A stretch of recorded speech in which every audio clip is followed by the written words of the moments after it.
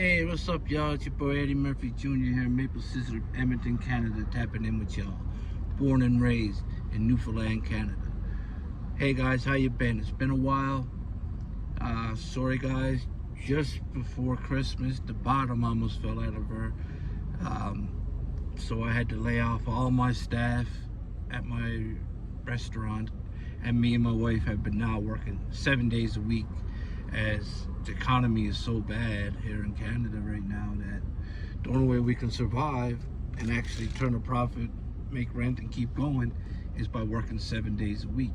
But anyway, enough about that. The video today is about the dark triad of Humble Dryer. So I've been away for a while, you know, but I always come back and he hasn't changed, right? So I got this video from Jordan Peterson, okay, a well-known Canadian psychologist, breaking down the dark triad, the sadist, the narcissism, the Machiavellian of people just like Humble Dryer. After you watch this video, it will help you understand why I am doing what I'm doing against a man and a narcissist like him. This will put it all into perspective of why he is doing what he's doing as well, and help you understand the I can't even pronounce it, so funny. The characteristics of a man, you know, and how he is and how he holds himself. And you see, he's the kind of man that would never say it to your face, but he'll ruin your life online. So guys, enjoy this video by Jordan Peterson. I apologize I couldn't announce that word right, but it is what it is. I'm back, guys. Humble, I'm back in black, bro. And I'm putting my foot on your back. Enjoy, y'all. Respect. So that's Machiavellianism, narcissism, and psychopathy, dark triad. They've expanded that recently to add another dimension that was missing, sadism. And the sadist takes positive delight in causing pain to others. And the Lulz culture, L-U-L-Z, the Lulz culture online is a culture of sadistic, Machiavellian, narcissistic psychopaths. Lulz meaning like people are joking around shit posting. Yeah. I did it for the lulz, and it's the plural of LOL, laugh out loud. But like if you look at the Urban Dictionary, for example, the definition of lulz is positive delight in the suffering of others. It's like, yeah, it's sadistic. And bloody well, social media just facilitates like I never thought of lulz as being sadistic. It's in and of itself, it's not a sufficient marker, right? You have to have like 6 or 7 things going on before it's clear that you're manifesting this underlying tetrad of personality traits. Like if you use the odd acronym and you're throwing out a joke at someone, this is a habitual pattern of doing nothing but provoking people online and using deception and lies to do it to attract attention to yourself. It has to be a very consistent pattern. But Paulos, first of all, and his crew of researchers and people who've been influenced by him have laid out this 4-dimensional structure of the dark side, let's say. And they've shown that hyper users of social media, Instagram, for example, and people who do a lot of anonymous shit posting are characterized by, what would you call it?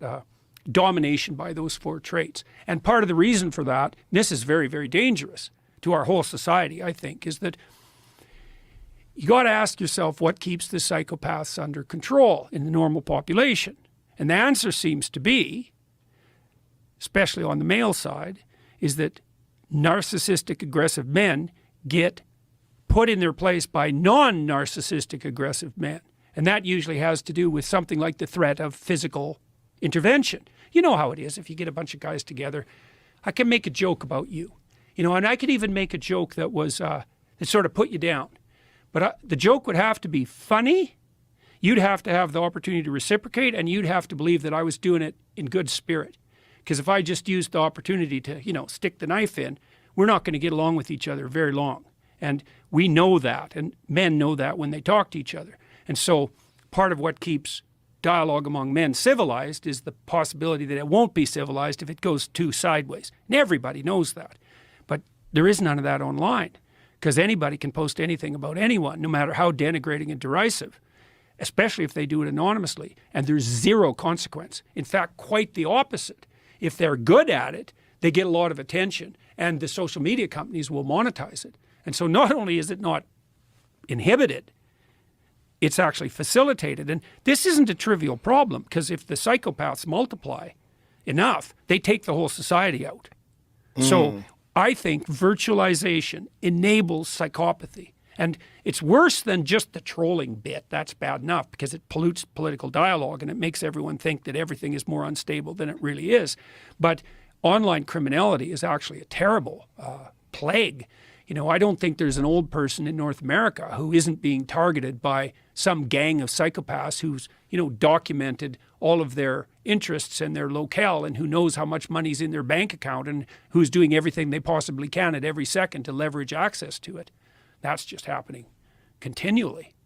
So well, that's certainly algorithms, right? For a lot of people that get trapped into these sort of situations where people are constantly throwing at them things that are opportunities for them to either make money or get this or get avoid a refund pain. or Get a refund. You bet. Or they befriend them. You know, they get it in, and some lonely old character who's not functioning cognitively quite like he used to, you know, he gets sucked in by someone pretending to be his friend and offered a great investment opportunity. And it's very, very, very difficult to track this sort of thing online. So you get the real enabling of the criminals, because how the hell, if they're anonymous, how the hell do you keep them, you know, how do you hold them to account?